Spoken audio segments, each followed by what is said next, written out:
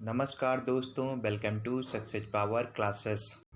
दोस्तों आज है 13 जून। आइए पढ़ते हैं आज के करंट अफेयर संबंधित कुछ महत्वपूर्ण प्रश्न। क्वेश्चन नंबर फर्स्ट है, बाल श्रम के खिलाफ विश्व दिवस 2020 का विषय क्या है? ऑप्शन है पीढ़ी की सुरक्षा और स्वस्थ, बच्चों को खेतों पर नहीं सपनों पर काम करना चाहिए, बच्चों को अब पहले से भी अधिक बाल श्रम से बचाएं, आपूर्ति श्रृंखलाओं में बाल श्रम समाप्त करना, या हर व्यक्ति की जिम्मेदारी है। दोस्तों यदि आपको इस प्रश्न का उत्तर पता है तो आप अपना आंसर कमेंट बॉक्स में दे सकते हैं। इस प्रश्न का सही उत्तर होगा ऑप्शन नंबर 3, बच्चों को आप पहले से भी अधिक बाल श्रम से बचाएं। पढ़ते हैं इसके बारे में। बाल श्रम के खिलाफ विश्व दिवस हर साल 12 जून को मनाया जाता है। यह दिन किसी भी रूप में बाल श्रम के खिलाफ दुनिया भर में आंदोलन को बढ़ावा देने के लिए है। वर्ष 2020 का विषय कोविड-19, बच्चों को पहले से भी अधिक बाल श्रम से बचाएं। विषय कोविड-19 महामारी के बीच बच्चों को कम उम्र के श्रम से बचाने की आवश्यकता पर केंद्रित है। नेक्स्ट क्वेश्चन है, राजनयिक शंभू यस कुमारन को निम्नलिखित में से किस देश में भारत के अगले राजदूत के रूप में नियुक्त किया गया है? दोस्तों इस प्रश्न का सही उत्तर होगा ऑप्शन नंबर ए, फिलीपींस। पढ़ते इसके बारे में। राजनयिक शंभू यस कुमारन को फिलीपींस में भारत के अगले राजदूत के रूप में नियुक्त किया गया है। कुमारन वर्तमान में मोरक्को के साम्राज्य में भारत के राजदूत हैं।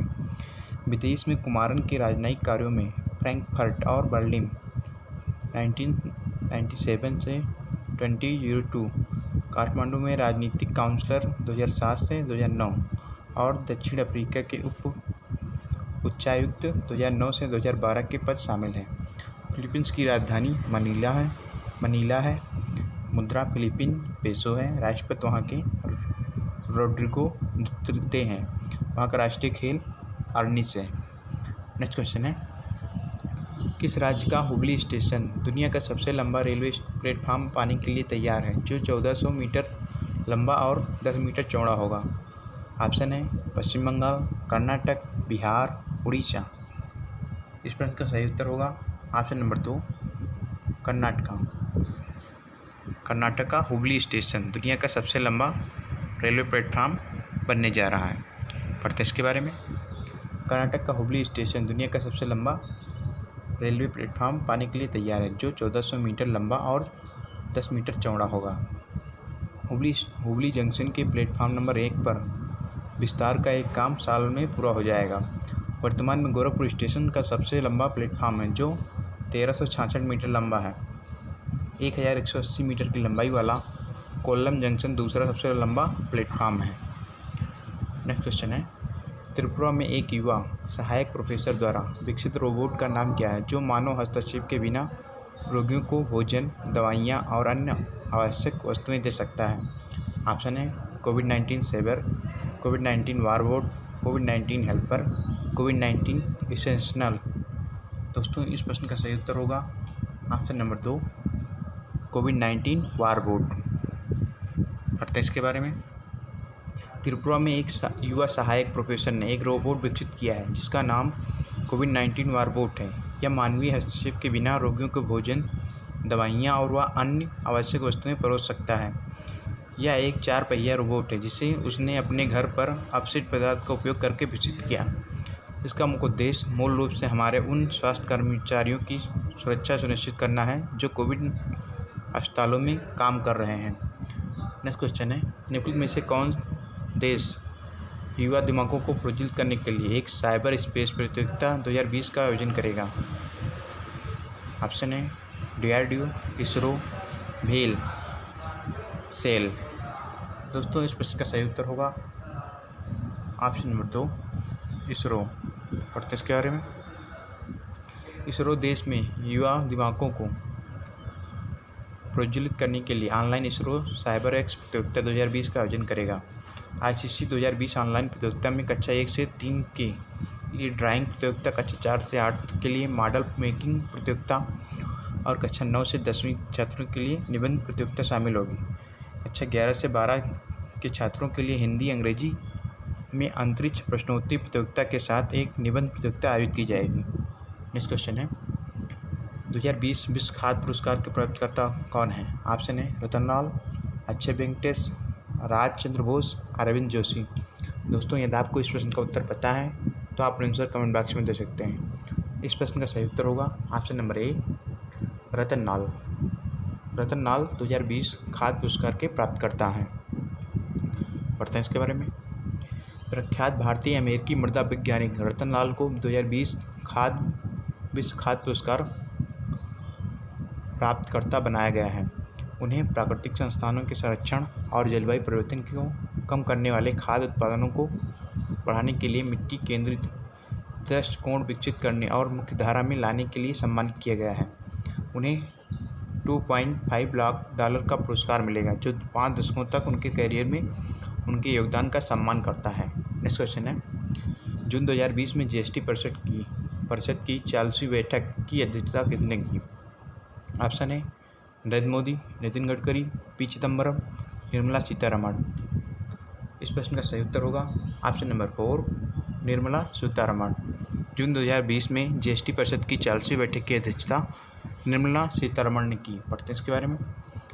जीएसटी परिषद की यह बैठक देशव्यापी तालाबंदी के बाद पहली बैठक है और परिषद को राजस्व की कमी और राज्यों को मुआवजे पर चर्चा की उम्मीद है। परिषद ने जीएसटी के कार्यान्वयन के कारण राजस्व हानि के लिए राज्यों को क्षतिपूर्ति के लिए धनराशि जुटाने के तरीकों पर निर्णय लिया। नेक्स्ट क्वेश्चन है, भारतीय रेलवे ने पहले उच्च OHE को चालू करके विश्व रिकॉर्ड बनाया है। OHE में ई का क्या है? ऑप्शन है एक्सप्रेस, इक्विपमेंट, इंटरटेनमेंट, एक्सेस। दोस्तों इस प्रश्न का सही उत्तर होगा ऑप्शन नंबर 2, OHE में ई का मतलब इक्विपमेंट है। बढ़ते हैं इसके बारे में। भारतीय रेलवे ने पश्चिमी रेलवे पर विद्युतीकृत क्षेत्र में पहले ओवरहेड इक्विपमेंट, OHE का फुल फॉर्म होगा ओवरहेड इक्विपमेंट को चालू करने और सफलतापूर्वक डबल स्टैक कंटेनर चलाने का विश्व रिकॉर्ड बनाया है। यह उपलब्ध पूरी दुनिया में अपनी तरह की पहली और यह भारतीय रेलवे के लिए एक नवीनतम हरित पहल के रूप में ग्रीन इंडिया के महत्वाकांक्षी मिशन को भी बढ़ावा देगी। नेक्स्ट क्वेश्चन है, 2020 में medal of the honour of Australia से किसे सम्मानित किया गया? ऑप्शन है S Janaki, K S Chitra, Sadhana, Sargam, Shobha Shekhar. दोस्तों इस प्रश्न का सही उत्तर होगा option number 4, Shobha Shekhar.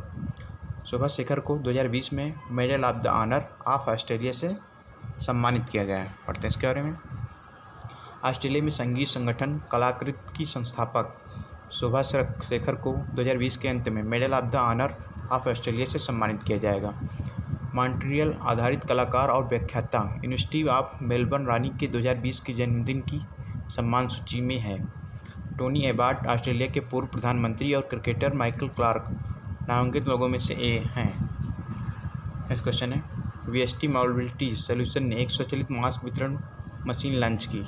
Startup का मुख्यालय निम्नलिखित में से किस शहर में है? ऑप्शन है कलकत्ता, पुणे, नई दिल्ली, कोचीन। दोस्तों इस प्रश्न का सही उत्तर होगा ऑप्शन नंबर 4, कोचीन। पढ़ते इसके बारे में।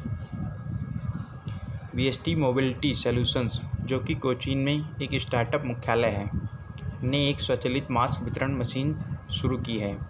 इसे कोविड-19 का मुकाबला करने में मदद करने वाले उत्पादों को विकसित करने के प्रयासों के तहत शुरू किया गया है। BIN-19 नाम के इस उपकरण ने Shri Chitra Tirunal institute for medical sciences and technology SCTIMST से चित्रा UV आधारित फेस मास्क वितरण तकनीक विकसित की। नेक्स्ट क्वेश्चन है, निम्नलिखित में से किसने नावल कोरोना वायरस परीक्षण के लिए केवल reverse transcription polymerase chain reaction RT-qPCR test की सिफारिश की? ऑप्शन है WHO, स्वास्थ्य और परिवार कल्याण मंत्रालय, ICMR, नीति आयोग। दोस्तों इस प्रश्न का सही उत्तर होगा ऑप्शन नंबर 3, ICMR। पढ़ते इसके बारे में। Indian Council of Medical Research, ICMR का फुल फॉर्म होगा Indian Council of Medical Research, ने नावल कोरोना वायरस परीक्षण के लिए केवल reverse transcription polymerase chain reaction RT-qPCR test की सिफारिश की है। Centre for Cellular and Molecular Biology CCMB के शोधकर्ताओं ने SARS-CoV-2 परीक्षण के लिए एक नई कम लागत वाला और कम तकनीक वाला आवश्यक परीक्षण विकसित किया है। इस परीक्षण को reverse transcription nested PCR RT-PCR test के रूप में जाना जाता है। नेक्स्ट क्वेश्चन है, कोरोना वायरस महामारी के कारण रेमन मैग्सेसे पुरस्कार 2020 को रद्द कर दिया गया है। रेमन मैग्सेसे पुरस्कार किस देश के राष्ट्रपति थे? रेमन मैग्सेसे किस देश के राष्ट्रपति थे? ऑप्शन है इंडोनेशिया, फिलीपीन, चीन, जापान। दोस्तों इस प्रश्न का सही उत्तर होगा option number 2 Philippine. Ramon Magsaysay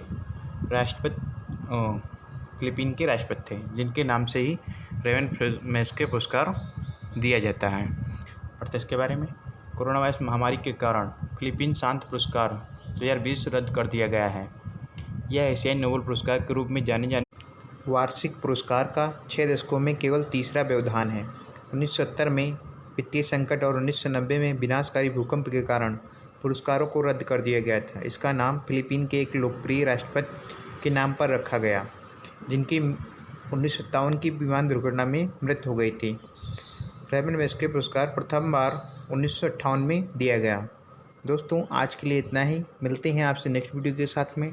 thanks for watching.